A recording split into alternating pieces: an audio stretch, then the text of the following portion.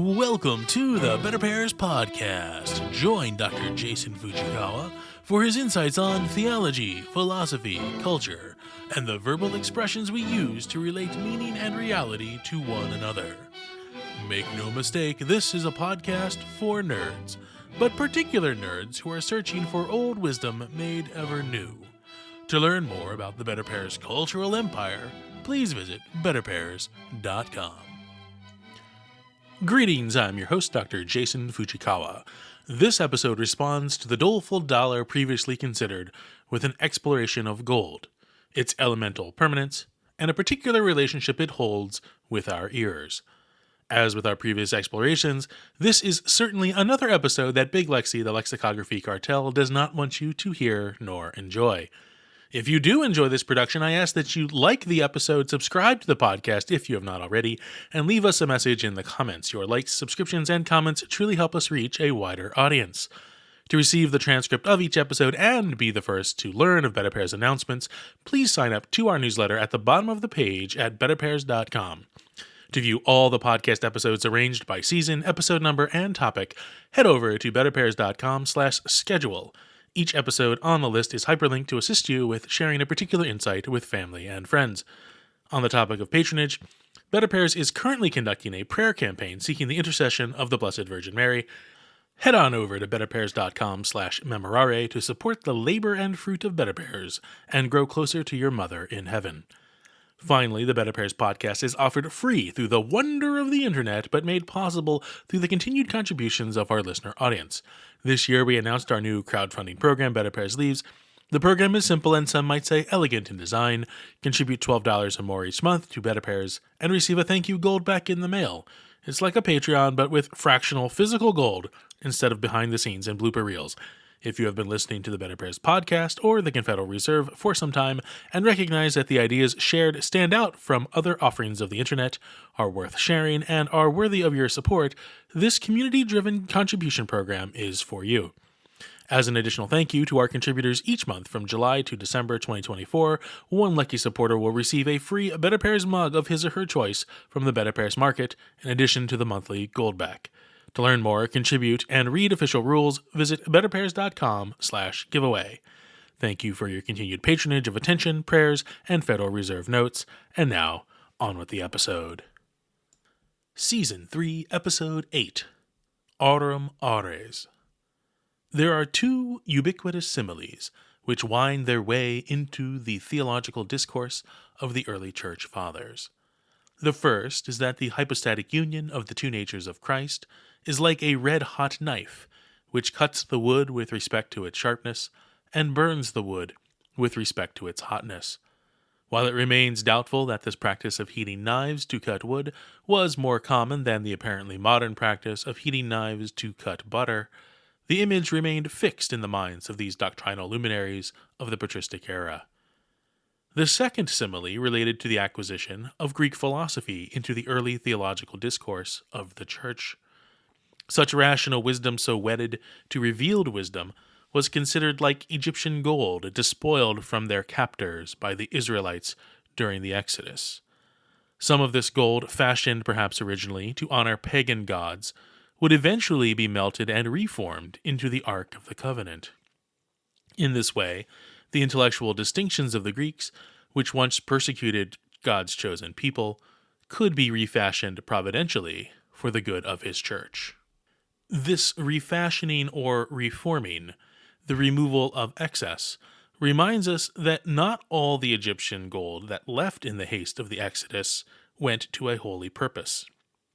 Some of that gold, in Latin aurum, was formed under the direction of Aaron, upon Moses' absence, into the golden calf.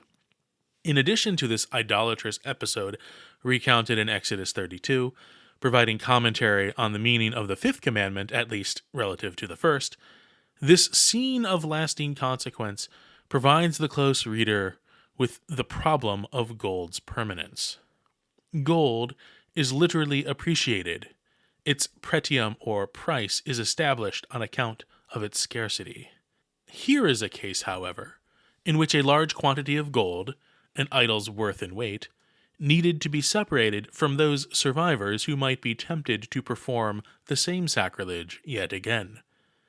In the open desert, you cannot bury the gold with sufficient secrecy nor assurance that it will not be readily exhumed. Gold cannot be alloyed with other metals without the possibility of being yet again refined. Gold will not rust. It is the closest we get to permanence in this life, as it was formed long ago through the heat of an exploding star. While frankincense and myrrh correspond to the prophetic and priestly offices of the once swaddled Christ, it is inorganic, timeless gold that corresponds to his royal governance, which precedes all thrones and dominions, both human and angelic. Returning to the Exodus, the great prophet and judge of Israel, Moses, had the golden calf ground into a powdered dust and ingested by the penitent idolaters. While the gold would pass through them without decomposition, it would inevitably require reclamation from the camp latrine, effectively ending this episode of idol worship, for who could offer fealty to a fecal lord? Perhaps we can view gold's permanence relative to its elemental status, number 79 on the periodic table of elements. While malleable and conductive, the shiny yellow metal resists corrosive reactions and maintains its consistent qualities of conduction and durability across its industrial and mercantile applications.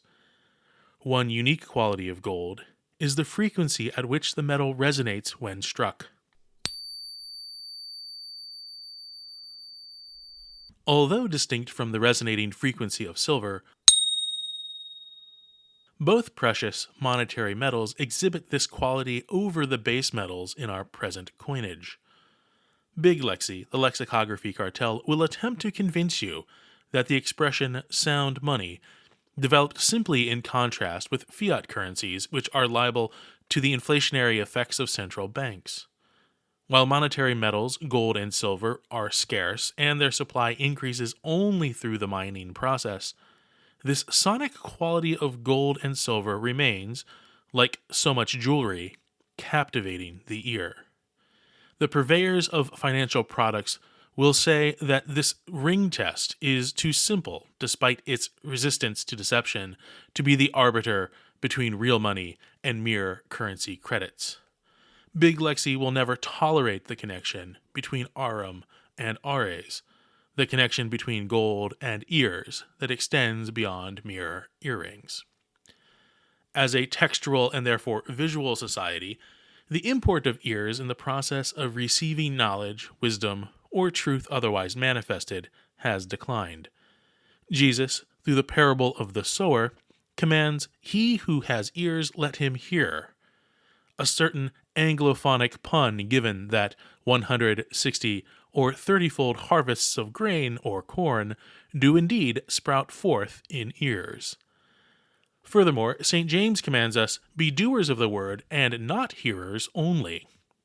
Such was the gospel first on the lips of the apostles and in the ears of converts, before filling the scripted page.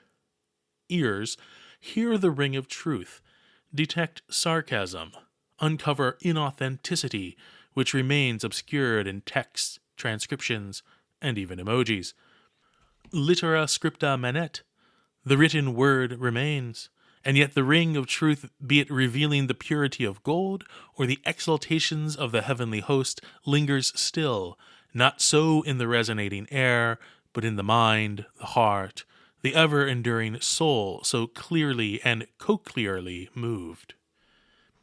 Just as precious gold can be debased through alloying with base metals, so too can the gospel be debased, adulterated from the scripture and tradition handed down from Jesus Christ and his apostles.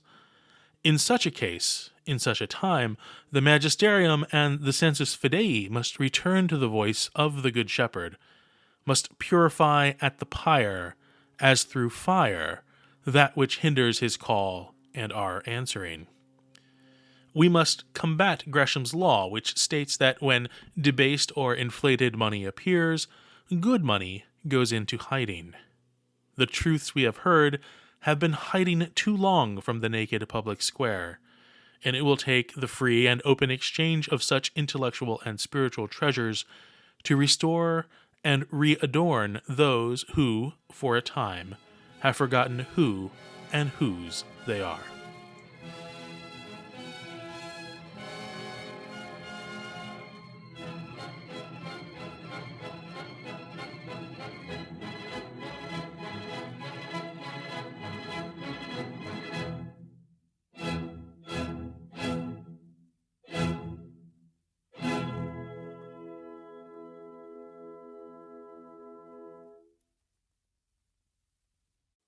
The views expressed by Better Pairs contributors are theirs alone, and do not necessarily reflect the views of Better Pairs, its parent company, or any company or organization affiliated with the contributors. For more information, to support Better Pairs, or to shop for Better Pairs merchandise, please visit betterpairs.com.